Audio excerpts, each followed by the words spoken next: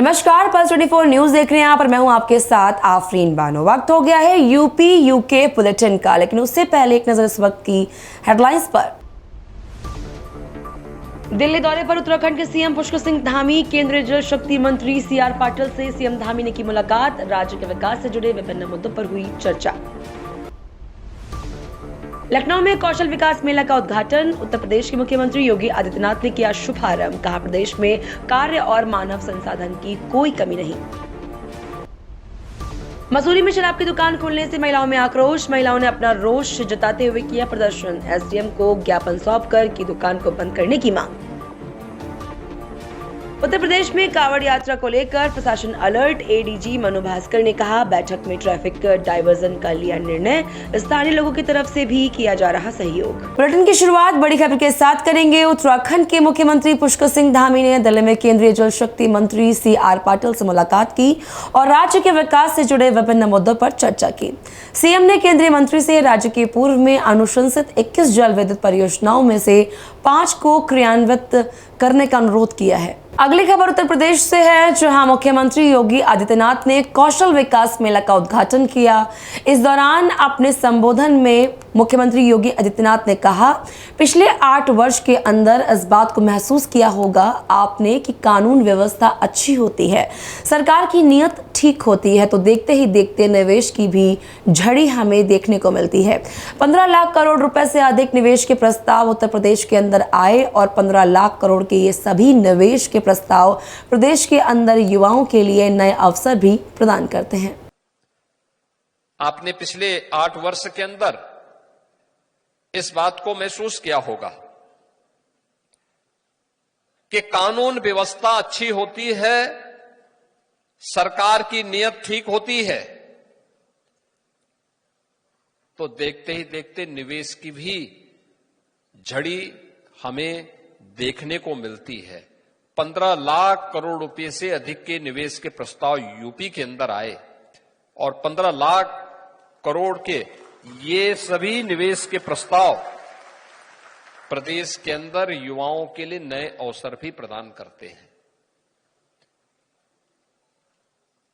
यानी इन 15 लाख करोड़ रुपए के निवेश के जो प्रस्ताव हमने ग्राउंड ब्रेकिंग करवाए हैं, प्रस्ताव हमें 45 लाख करोड़ के प्राप्त हुए, लेकिन जिन्हें अब तक शिलान्यास करके प्रोडक्शन के साथ जोड़ा गया है ये 15 लाख करोड़ रुपए से ऊपर के हैं।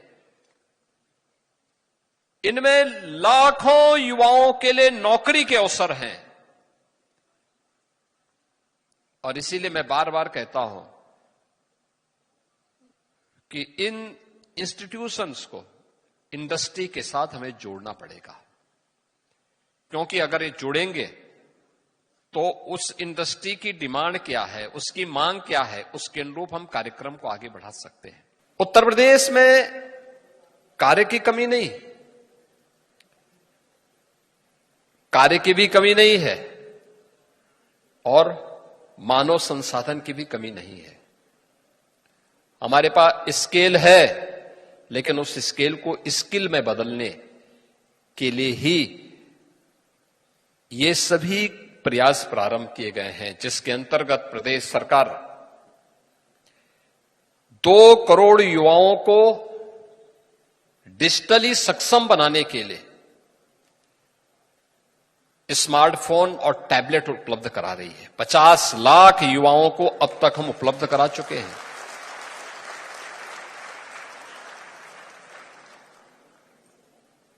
पचास लाख युवा अब तक इससे लाभान्वित हो चुके हैं।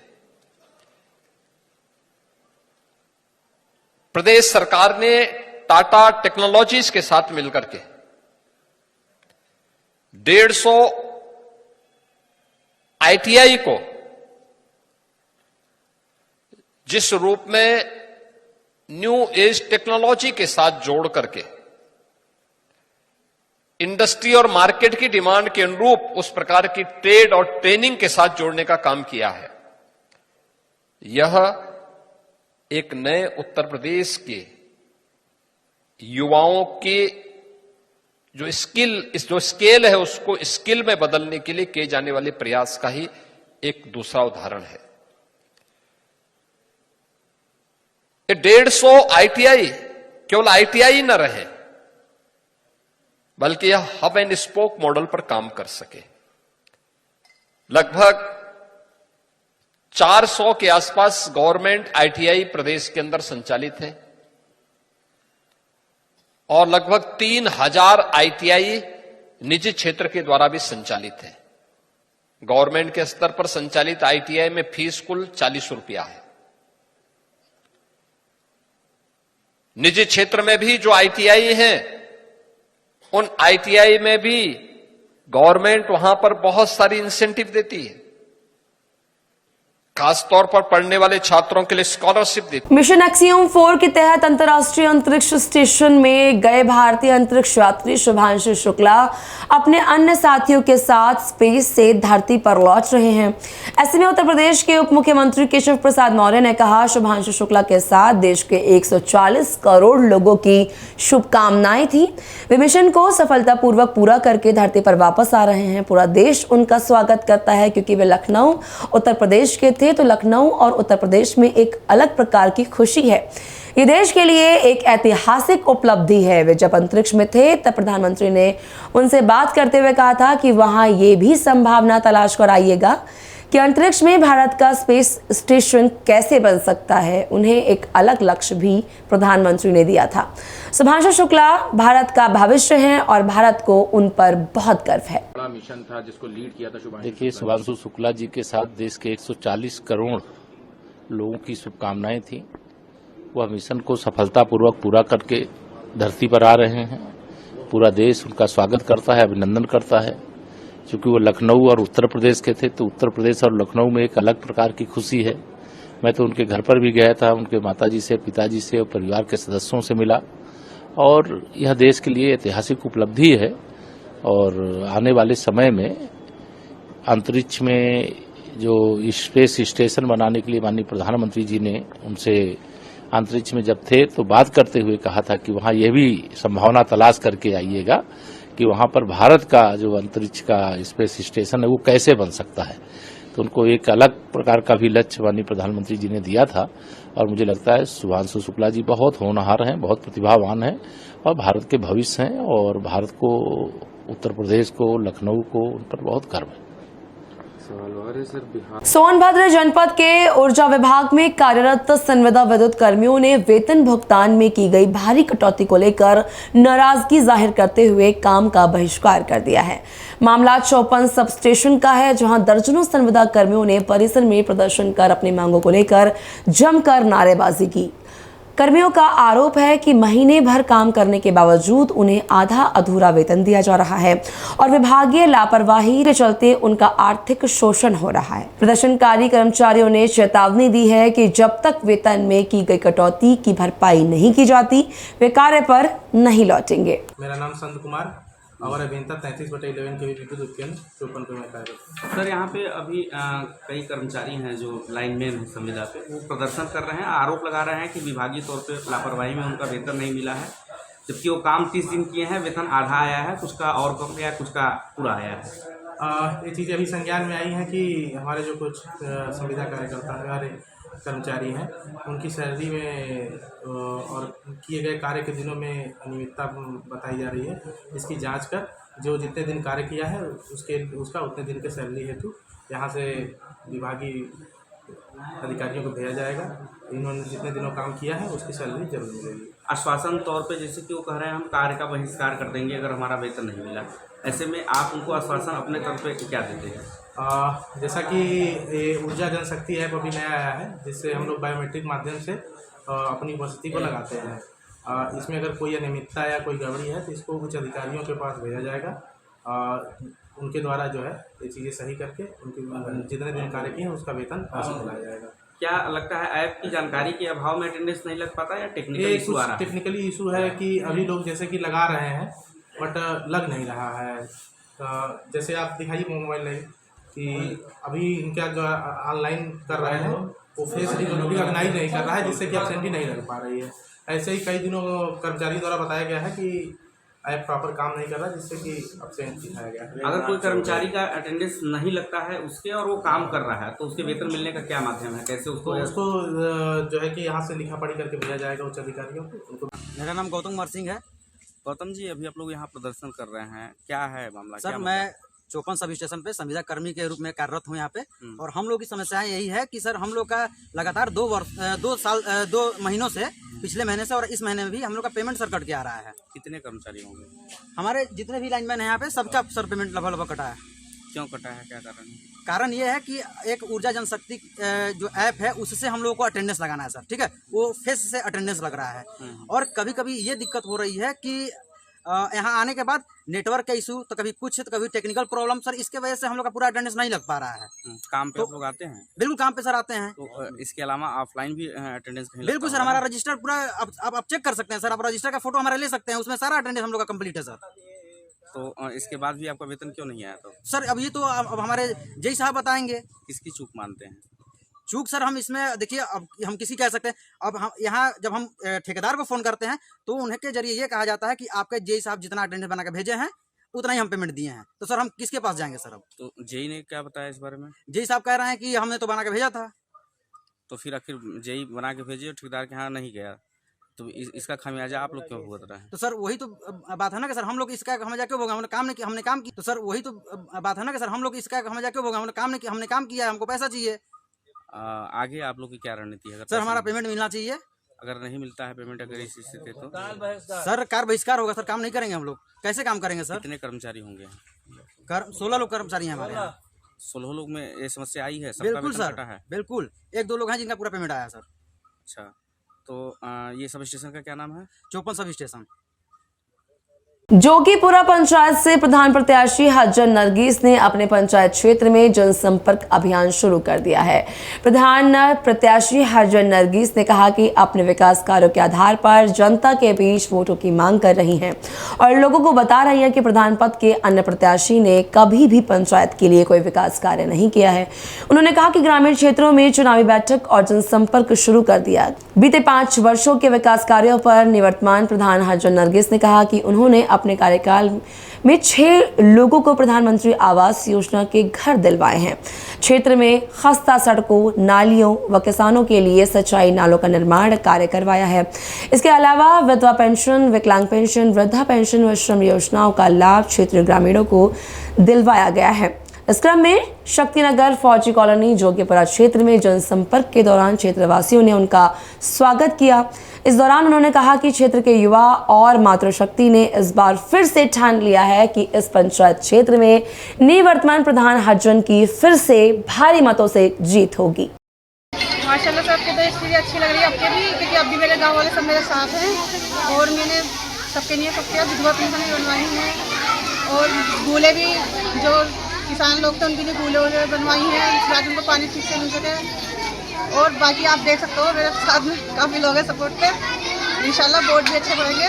6 लोगों को तो मिल चुके हैं घर और 52 लोगों की लगी भी है कि उनको भी मिलेंगे इंशाल्लाह।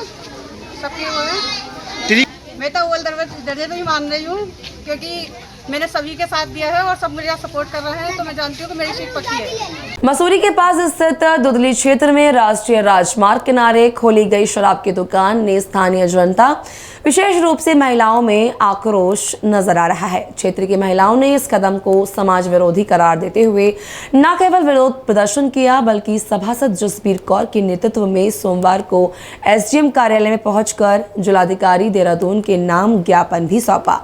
ज्ञापन में उन्होंने तत्काल शराब की दुकान को बंद करवाने की मांग की है। स्कूल से लड़कियां, बच्चे स्कूल से आते हैं तो जितने भी वहां से मतलब दारू की दुकान से आते हैं लोग तो बिलाड़ू की रोड पे आ जाते हैं, तो इसलिए मतलब हम सेफ नहीं है, मतलब हमारी बेटियां, कोई भी हमारे बच्चे सेफ नहीं है वहाँ पर। सारे लोग मतलब हमारी बिलाड़ू की रोड पे आ जाते हैं, वहाँ परेशानी हो रही है। मांग ये करे कि वहाँ से मतलब ये है कि हटाया जाए, चाहे कहीं भी मतलब और जगह खोले पर वहाँ से हटाया जाए। नहीं तो हम नहीं हटाते तो हम वहाँ पर चक्का जाम करेंगे और वहाँ पर आने जाने को मतलब वो करेंगे। हम बिलाड़ू के निवासी हैं और बिलाड़ू के ऊपर रोड में दारू की दुकान खुल गई है और वहाँ पे ऐसा है कि हमारे स्कूल के बच्चे आते हैं, हमारे मतलब हम लेडीज वहाँ जंगल में जाती हैं तो वहाँ पे दारू पीने वाले वहाँ रोडों में नीचे जंगल में घूमते रहते हैं।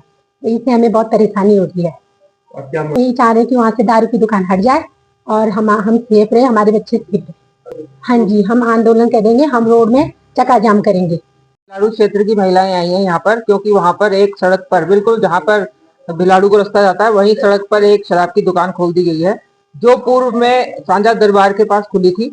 और अभी सरकार ये भी देख रही कि मंदिर से दारू की दुकान का कितना गैप है या स्कूल से कितना है। पहले जो नियम कानून थे, आज की डेट में कोई नियम कानून नहीं है। पहले कहा जाता था कि मंदिर के आसपास शराब की दुकान नहीं खुलेगी, स्कूल के आसपास के क्षेत्र में नहीं खुलेगी, परंतु अब चप्पे चप्पे पर दारू की दुकानें खुलती जा रही हैं। और यहाँ तक कि अभी ये भिलाड़ू में आ गई, सांझा दरबार से उठकर अब इसको यहाँ पर भिलाड़ू सड़क के ऊपर जो है ये दुकान खोल दी गई है, जिससे कि वहाँ की महिलाओं में बहुत रोष है, क्योंकि वो परेशान है। ये वहाँ गांव में रहती हैं और गाय वगैरह चराती हैं, बकरी चराती हैं, तो लोग शराब पी के नीचे को उतर जाते हैं और टूरिस्ट भी वहां पर खड़े होकर खरीदते हैं, जिससे कि वहां जाम लगता है, क्योंकि वो एक हाईवे है, एनएच है और यमुनोत्री मार्ग है। और एनएच पर अगर शराब की दुकान खुले तो वो तो सबसे नियम विरुद्ध है। ये कैसे खुल गई ये हमें पता नहीं, क्योंकि इस सरकार में हम बार बार कहते हैं कि इसमें भ्रष्टाचार चरम सीमा पर है और कोई नियम कानून को नहीं देखा जा रहा। अब आप देखिए, एनएच पर कभी दारू की दुकान खुलती है, वहां पर खुल गई, जिससे कि ये सब लोग परेशान है। आजकल कोहरे का मौसम है, बरसात 6-6 महीने यहाँ पर रहती है, लड़कियां स्कूल से जाती हैं, कभी कोई हादसा हो सकता है, कभी किसी बेटी के साथ, किसी लड़की के साथ कोई गलत काम हो सकता है। तो वहां पर ये सब महिलाएं अपनी सुरक्षा को लेकर आज यहाँ पर आई हैं और हमने आज जिलाधिकारी जी को ये ज्ञापन दिया कि वो शराब की दुकान वहां से हटनी चाहिए। वहां से हटे चाहे कहीं भी शिफ्ट हो, परंतु वहां से ये दुकान हट जानी चाहिए। अगर नहीं हटी तो वहां पर महिलाएं बैठ के चक्का जाम करेंगी, हम सब वहां बैठेंगे और इस दुकान को तो हम हटा नहीं रहेंगे। यहाँ पर जो विरोध अगर प्यार से करो और प्यार से कोई एप्लीकेशन दो तो उस पर कोई असर नहीं होता। अब हमें मजबूरन, अगर ये नहीं हटी 1 हफ्ते के अंदर, तो हमें मजबूरन यहाँ पर चक्का जाम करना पड़ेगा। सारी औरतें दुकान के सामने वहां धरने पर बैठ जाएंगी, क्योंकि हमने पहले पूर्व में भी कहा है कि यहाँ पर अधिकारी नहीं आते हैं, बहुत कम आते हैं। हमारी जिलाधिकारी जी आज भी नहीं आई है, उप जिलाधिकारी जी, और ना ही यहाँ पर नायब तहसीलदार जी हैं जो कि यहाँ पर कोई कार्रवाई कर सके।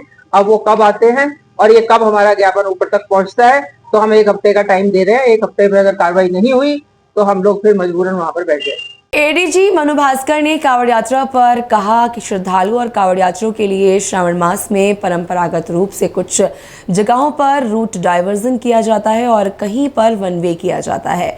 पूरे ट्रैफिक डाइवर्जन से पहले सभी हितधारकों और स्कूल कॉलेज अधीक्षक प्रबंधन से बात करने के बाद कोई निर्णय लिया जाता है। सभी हितधारकों के साथ पुलिस अधीक्षक और जिला अधिकारी स्तर पर बैठक की गई और उनके बाद निर्णय लिया गया कुछ रूट पर थोड़ी अवधि के लिए वन वे रूट किया जाएगा। हमारे मेरठ समेत अन्य जनपदों के नागरिकों द्वारा भी सहयोग किया जा रहा है और रूट डाइवर्जन में कोई समस्या नहीं आ रही है। श्रद्धालुओं और कांवड़ियों के लिए सावन माह में परंपरागत रूप से जो है वो रूट जो है उसको कहीं कहीं रूट डाइवर्जन किया जाता है और कहीं कहीं रूट को जो है वन वे किया जाता है। ये सारा ट्रैफिक डाइवर्जन करने के पहले इसके जितने हितधारक हैं, प्रशासन हुए, रोडवेज हुए, उसमें आरटीओ हुए, जो टैक्सी यूनियन हुए, जो ऑटो यूनियन हुए, इसके साथ से स्कूल्स और कॉलेजेस और जितने प्रबंधन हैं उनसे बात करके तब कोई भी निर्णय लिया जाता है। ये सारे जो हितधारकों के साथ मीटिंग जिलाधिकारी स्तर पे, पुलिस अधीक्षक स्तर पे हो गया। उसके बाद जो है ये निर्णय लिया गया कि कुछ रूट पे जैसे NH-58 को थोड़े अवधि के लिए जो है उसमें वन वे किया जाएगा। इसमें जो भी, लेकिन इसमें जितने नागरिक हैं हमारे मेरठ के, मुजफ्फरनगर के, अन्य जनपद के, वो पूरी तरह से सहयोग कर रहे हैं और इसमें जो है रूट डाइवर्जन में कहीं कोई दिक्कत नहीं आ रही। सर, एक कांवड़ियों ने तोड़फोड़ की है, उस पर क्या कार्रवाई हुई? तो जहाँ पे भी अराजक तत्वों के द्वारा तोड़फोड़ या ऐसी घटना की होती है उसमें तत्कालिक रूप से पुलिस पहुंच के जो भी यहाँ पर श्रद्धालु है जिन्हें दिक्कत हो रही है उनको मदद पहुंचाती है और जो अराजक तत्व है उनके खिलाफ FIR करके विधिक कार्रवाई की जाती है। इसी तहत भी जहाँ भी किया गया है और तत्कालिक रूप से FIR लिखा गया है, FIR लिखे उनके खिलाफ कार्रवाई की जा रही है।